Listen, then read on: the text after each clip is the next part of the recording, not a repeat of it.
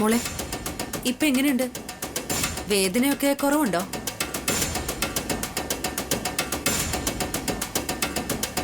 ഇതൊക്കെ നിന്റെ അഹങ്കാരത്തിന് കിട്ടിയ ശിക്ഷയാ. എന്നെ ഇവിടുന്ന് കെട്ടിക്കാനായിരുന്നല്ലോ നിനക്ക് വെപ്രാളം. എടി, ഇത്രയേ ഉള്ളൂ. ഒരു നിമിഷ നേരം മതി നിന്റെ അഹന്തയ്ക്ക് അറുതി വരാനായിട്ട്. നിന്നെയും വിശാലിനെ ഇടിച്ച ആ ലോറിക്ക് കുറച്ചുകൂടി സ്പീഡ് ഉണ്ടായിരുന്നെങ്കിൽ ഇന്നിപ്പോ എന്റെ മുമ്പിൽ ഇങ്ങനെ നിൽക്കാൻ നീ ഉണ്ടാവുമായിരുന്നോ? ചത്തു മലച്ച് മുകളിൽ ചെന്നേനെ. അതുകൊണ്ട് ധിക്കാരവും താൻപോരുമയൊക്കെ ഒന്ന് ഒതുക്കി വെച്ചിട്ട് ഒന്ന് അടങ്ങി നിൽക്കാൻ നോക്കടി. അതാ നിനക്ക് നല്ലത്. അതെ, ഒരു ആക്സിഡന്റ് ഉണ്ടായെന്ന് കരുതി പാർവതി തളർന്നിട്ടൊന്നുമില്ല. നിങ്ങളുടെ കേസ് അവധിക്ക് വെച്ചിട്ടുമില്ല.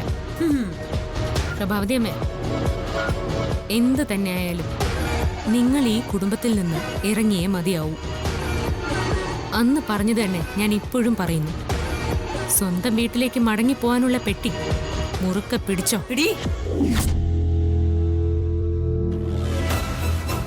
അമ്മയുടെ ശബ്ദത്തിനൊന്നും പഴയ വീര്യം കാണുന്നില്ലല്ലോ. ഒരിത്തിരി ക്ഷീണം വന്നിട്ടുണ്ടല്ലോ. ഒരു ധൈര്യക്കുറവ്. എന്റെ ധൈര്യത്തിനൊന്നും ഒരു കുറവും സംഭവിച്ചിട്ടില്ല. അത് വെറുതെ. പ്രഭാവതി അമ്മയുടെ ഉള്ളിൽ ഒരു പേടി തട്ടി തുടങ്ങിയിട്ടുണ്ട്. ഞാൻ എപ്പോഴാണ് നിങ്ങളുടെ ഉള്ളിലെ കള്ളി വെളിച്ചത്ത് കൊണ്ടുവരാൻ പോകുന്നതെന്നുള്ള പേടി. കണ്ടോ കണ്ടോ, ഞാനത് പറഞ്ഞപ്പോ ഈ മുഖത്തുണ്ടായ പതർച്ച. എനിക്കൊരു പതർച്ച ഉണ്ടായിട്ടില്ല. അങ്ങനെ സമാധാനിച്ചിട്ടൊന്നും ഒരു കാര്യമില്ല. ഇനി വിരലിൽ എണ്ണാവുന്ന ദിവസങ്ങളേ ഉള്ളൂ. അതിനുള്ളിൽ നിങ്ങളുടെ രഹസ്യങ്ങൾ മുഴുവൻ, നിങ്ങളുടെ ചെയ്തികൾ മുഴുവൻ പുറത്തറിഞ്ഞിരിക്കും. ഞാൻ പറഞ്ഞതുപോലെ വിശാൽ സാറ് നിങ്ങളുടെ കഴുത്തിന് കുത്തിപ്പിടിച്ച് പുറത്തേക്ക് വലിച്ചെറിയും. നിന്നെ ഞാൻ ഒന്നും ചെയ്യാൻ പോകുന്നില്ല. തടയാൻ പറ്റുമെങ്കിൽ തടഞ്ഞോ. ഞാനൊന്ന് കാണട്ടെ.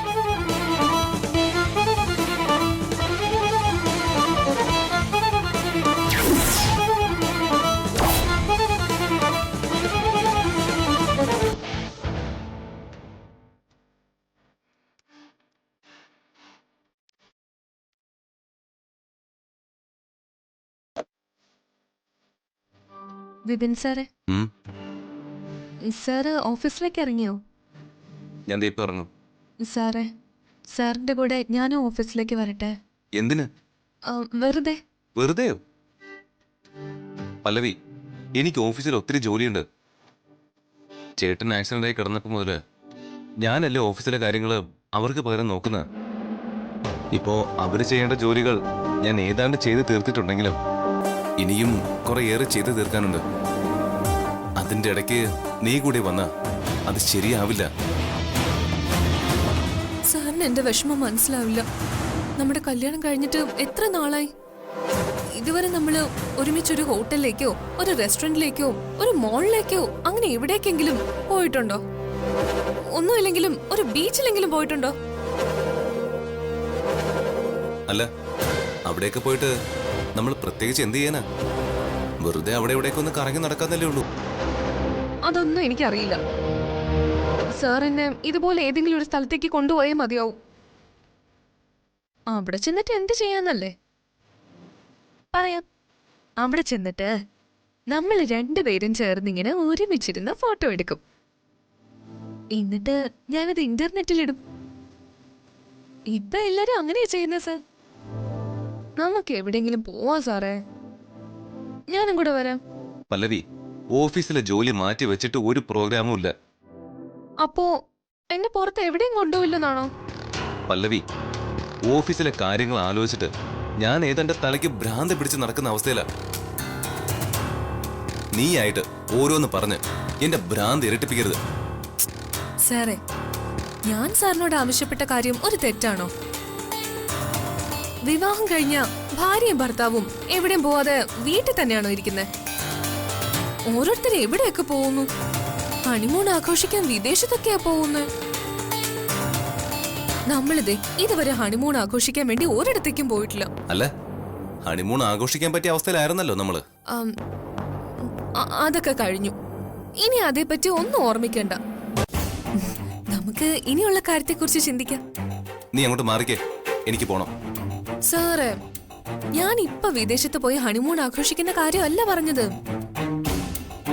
ഇവിടെ തൊട്ടടുത്ത് എവിടെയെങ്കിലും പോകുന്ന കാര്യമല്ലേ പറഞ്ഞുള്ളൂ. സാറേ, ഞാനും കൂടെ വരിക. നമുക്ക് എവിടെയെങ്കിലും ഒന്ന് കറങ്ങാൻ പോവാം. പല്ലവി, നിനക്ക് ഞാൻ പറയുന്നത് മനസ്സിലാവുന്നില്ലേ? എനിക്ക് എവിടെയെങ്കിലും പോണം. പോയേ മതിയാവും. ശരി ശരി, പോവാം. എന്ന് ഞാൻ റെഡി ആവട്ടെ. പോകാന്ന് പറഞ്ഞത് ഇപ്പോഴല്ല. ഇപ്പൊ ഞാൻ ഓഫീസിലേക്ക് ചെല്ലട്ടെ. എന്നിട്ട് വൈകുന്നേരം മടങ്ങി വന്നിട്ട് നമുക്ക് പുറത്ത് എവിടെയെങ്കിലും പോവാം. ഉറപ്പാണോ? ആ, ഉറപ്പ്. ഇനി വാക്ക് മാറ്റില്ലല്ലോ. വൈകിട്ട് പറ്റില്ല എന്ന് പറയരുത് കേട്ടോ. ഇല്ല, നീ വൈകുന്നേരം റെഡി ആയിരിക്കും, നമുക്ക് പോവാം. അച്ചടാ, എന്റെ പുന്നാരിയ വിപിൻ സാറ്. എന്നാലേ സാറ് പോയിട്ട് വാ. സാറ് വരുമ്പോഴേക്കും ഞാൻ റെഡിയായി കാത്തിരിക്കും. ശരി ശരി.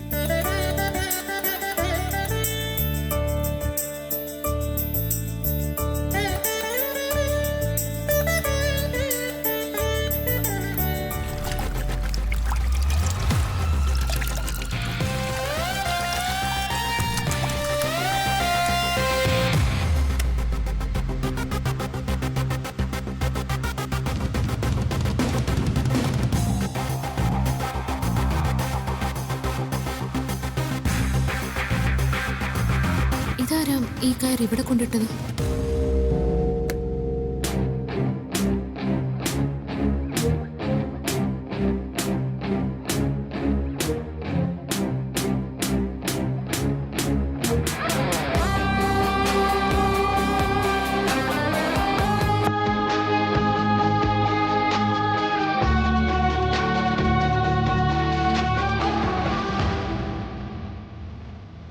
എന്തായടി? എന്നെ 3 ദിവസത്തിനകം ഈ വീട്ടിൽ നിന്നും അടിച്ചിറക്കി പുണ്യാഹം നടത്താൻ വേണ്ടി കച്ചകിട്ടി ഇറങ്ങിയവളല്ലേ നീ? ഇപ്പോ നിനക്കിവിടുന്ന് ഇറക്കി വിടണ്ടേ മോളെ എന്നെ? മര്യാദയ്ക്ക് നിന്റെ പേരിലുള്ള സ്വത്തുക്കള് എന്റെ പേരിലേക്ക് മാറ്റി എഴുതാൻ തയ്യാറായിക്കോ?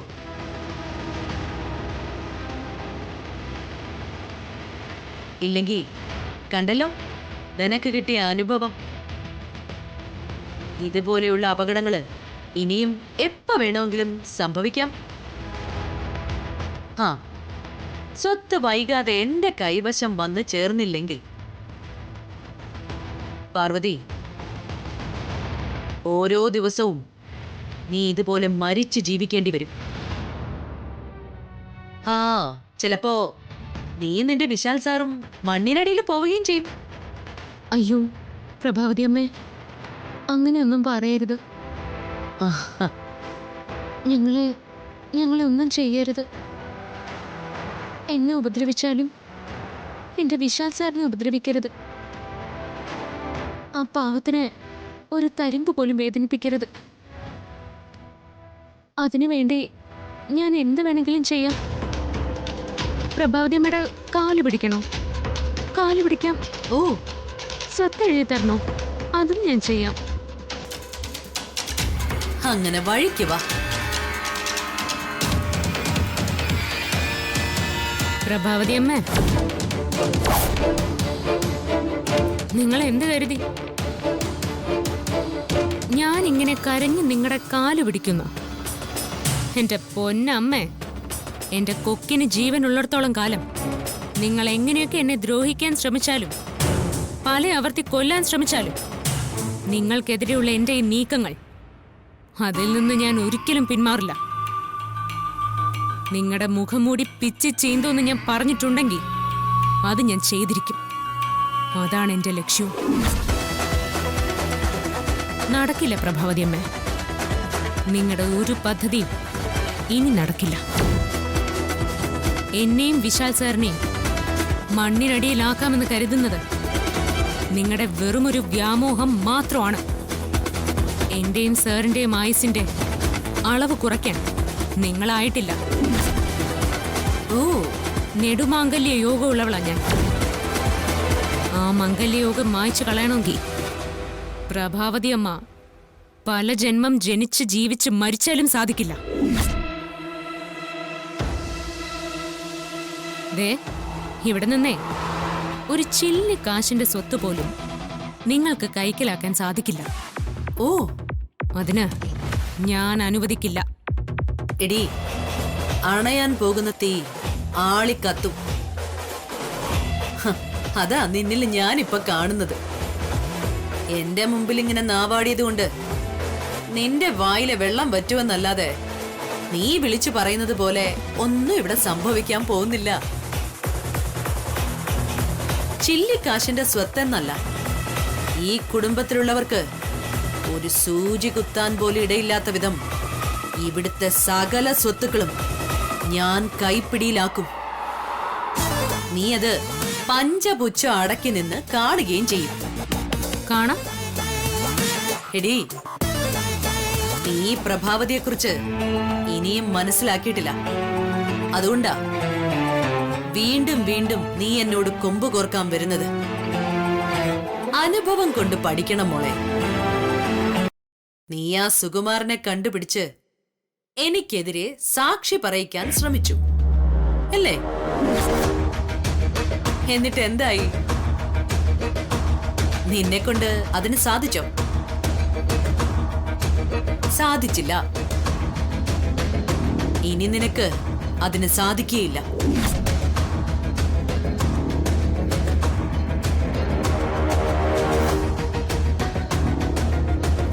അതെന്തുകൊണ്ടാണെന്ന് നിനക്കറിയാമോ? നിനക്ക് വേണ്ടി സാക്ഷി പറയാൻ ആ പാവം സുകുമാരൻ ഇവിടെയില്ല. അയാളെ ഞാൻ നാട് കടത്തി. ഇനി നീ മഷിയിട്ട് നോക്കിയാ പോലും അവനെ നിനക്ക് കണ്ടു കിട്ടില്ല.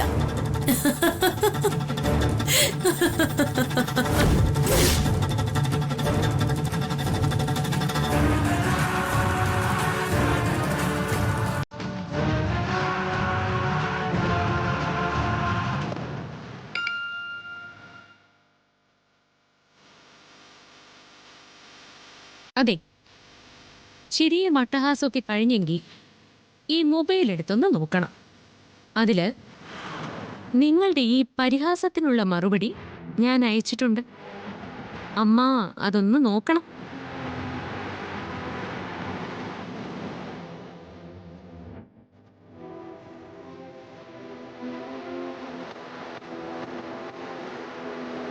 എന്റെ പേര് സുകുമാരനെന്ന്.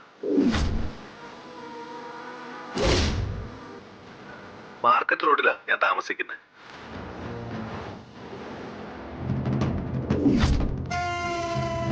അതിനടുത്ത് തന്നെ ഒരു സ്റ്റോറും ഞാൻ നടത്തുന്നുണ്ട്. എന്റെ ഫോട്ടോ ഉപയോഗിച്ച് ആരോ നിങ്ങളെ പറ്റിക്കുന്നതായി, ചതിക്കുന്നതായി ഞാൻ അറിഞ്ഞു. ആ സ്ത്രീ പറയുന്നത് മുഴുവൻ കള്ളമാണ്. ഞാൻ അവരുടെ ഭർത്താവല്ല.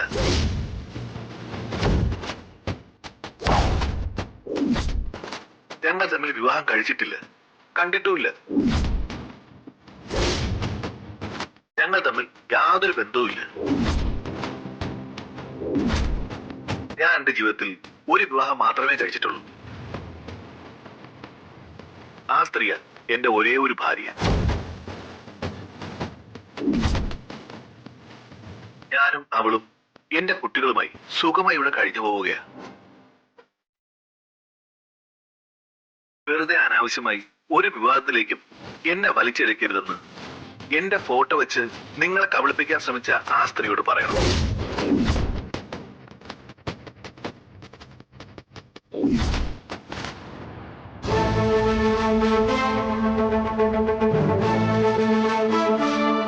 എങ്ങനെയുണ്ട് ഈ വീഡിയോ? എന്റെ കയ്യിലുള്ളിടത്തോളം കാലം നിങ്ങൾ സുകുമാരൻ എന്ന ആളിനെ നാട് കടത്തിയാലോ ചന്ദ്രനിലേക്ക് അയച്ചാലോ ഇനി ബഹിരാകാശ പേടകത്തിൽ കയറ്റി ശൂന്യാകാശത്തേക്ക് അയച്ചാലോ എനിക്ക് ഒരു പ്രശ്നവുമില്ല. ദേ, ഇതിപ്പോ നിങ്ങൾക്ക് മാത്രമേ ഞാൻ അയച്ചിട്ടുള്ളൂ. കൂടുതൽ വിളച്ചിലെടുത്താലേ ഈ വീഡിയോ കാണിക്കേണ്ടവരെ മുഴുവനും ഞാൻ അങ്ങ് കാണിക്കും. അതുകൊണ്ടേ എന്നോട് ഇനി കളിക്കാൻ നിൽക്കരുത്. സ്വത്ത് കൈക്കലാക്കാന്നുള്ള നിങ്ങളുടെ മോഹം ഇവിടെ വച്ചങ്ങ് നിർത്തിക്കോണം. ഇല്ലെങ്കിൽ ഈ വീഡിയോ നിങ്ങൾക്കെതിരെയുള്ള ആയുധമാക്കി ഞാനങ്ങ് മാറ്റും.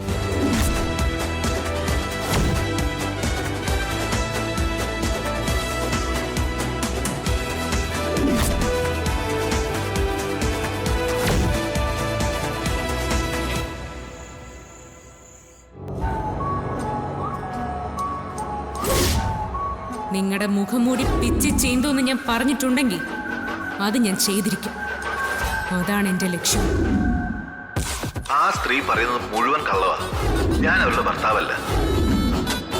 ഇതിപ്പോ നിങ്ങൾക്ക് മാത്രമേ ഞാൻ അയച്ചിട്ടുള്ളൂ. കൂടുതൽ വിളച്ചിലെടുത്താലേ ഈ വീഡിയോ കാണിക്കേണ്ടവരെ മുഴുവനും ഞാൻ അങ്ങ് കാണിക്കും. വീണ്ടും വീണ്ടും ഞാൻ പരാജയപ്പെടുകയാണല്ലോ. ആ വീഡിയോ അവള് വിശാലിനെ കാണിച്ചാൽ എല്ലാം തകരുമല്ലോ. ശേ, എന്ത് ചെയ്യും?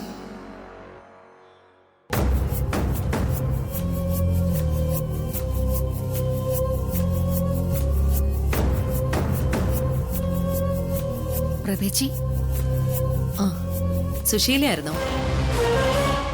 ചേച്ചി എന്താ ഇങ്ങനെ ചിന്തിച്ചു കൂട്ടുന്നേ? ഒന്നുമില്ല സുശീലെ, എന്റെ അവസ്ഥയെക്കുറിച്ച് ഞാനൊന്ന് ആലോചിക്കുകയായിരുന്നു. ഞാനും അത് ചിന്തിച്ചു.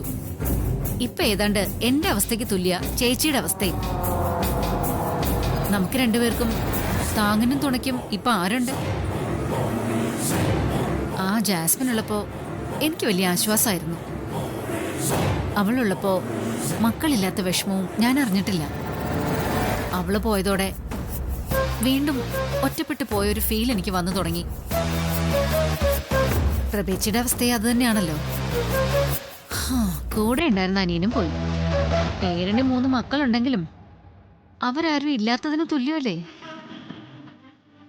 ആകെ കെയർ ചെയ്തിരുന്നത് വിശാല. ഇപ്പോ അവനും അവന്റെ ഭാര്യയുടെ ചൊൽപ്പടിക്കായില്ലേ.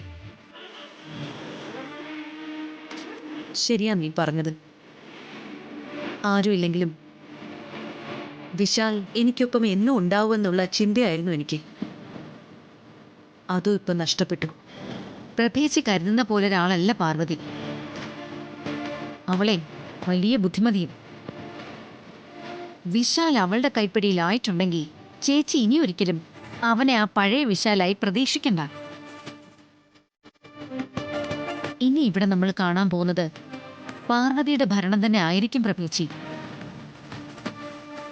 അവളെപ്പോലെ ചോരത്തിളപ്പുള്ള പ്രായത്തിലുള്ളവരോടൊന്നും നമുക്കിനി പിടിച്ചു നിൽക്കാൻ പറ്റില്ല. അതുകൊണ്ട് ഇനിയുള്ള കാലം രാമനാമവും ജപിച്ച് എവിടെയെങ്കിലും ഒതുങ്ങിക്കൂടുന്നതാവും നല്ലത്. ചേച്ചി കിടക്കാൻ നോക്ക്. Good night.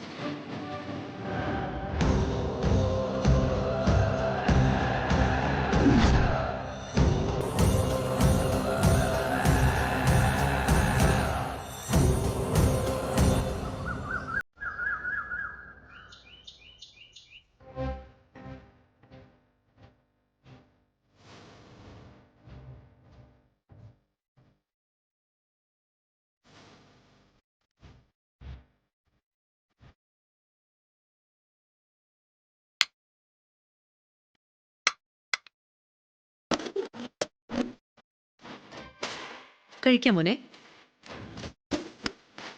ആ, വേണ്ട വേണ്ട വേണ്ട. ദേ, വയ്യാത്ത കൈയും വെച്ച് മോൻ വാരി കഴിക്കണ്ട, അമ്മ വാരി തരാം. അല്ലമ്മേ, അത് മോനെ, കുഞ്ഞിലെ ഞാൻ എത്ര നിനക്ക് വാരി തന്നിരിക്കുന്നു. ആ എനിക്കാണോ ഇപ്പൊ പ്രയാസം? മോൻ വാ തുറക്ക്.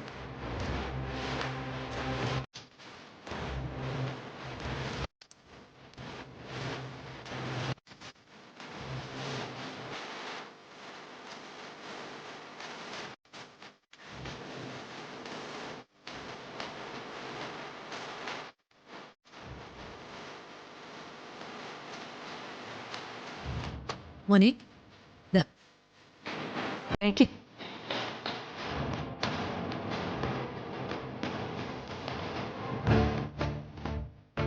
ആരുടെ കണ്ണേറാണെന്നറിയില്ല, എന്നാലും എന്റെ മോന് ഇങ്ങനൊരു അപകടം സംഭവിച്ചല്ലോ.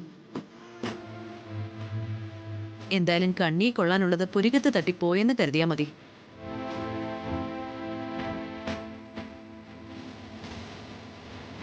എല്ലാം ഈശ്വരന്റെ അനുഗ്രഹം. നിനക്ക് ആക്സിഡന്റ് പറ്റിയെന്ന് അറിഞ്ഞപ്പോ മുതല് ഞാനിവിടെ തീ തിന്നുകയായിരുന്നു മോനെ. എന്റെ കൈയും കാലും ഓടുന്ന പോലും ഇല്ലായിരുന്നു. പിന്നെ നിനക്ക് ഒരു കുഴപ്പമില്ലാന്ന് അറിഞ്ഞപ്പോഴാ എന്റെ ശ്വാസം ഒന്ന് നേരെ വീണത്.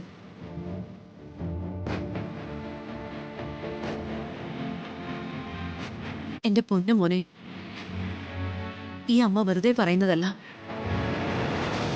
നിനക്ക് എന്തെങ്കിലും സംഭവിച്ചിരുന്നെങ്കിൽ ഈ അമ്മ പിന്നെ ജീവനോട് ഇരിക്കില്ലായിരുന്നു. അമ്മേ, അമ്മ എന്താ ഈ പറയുന്നത്? പിന്നെ ഞാൻ എന്തു പറയണം?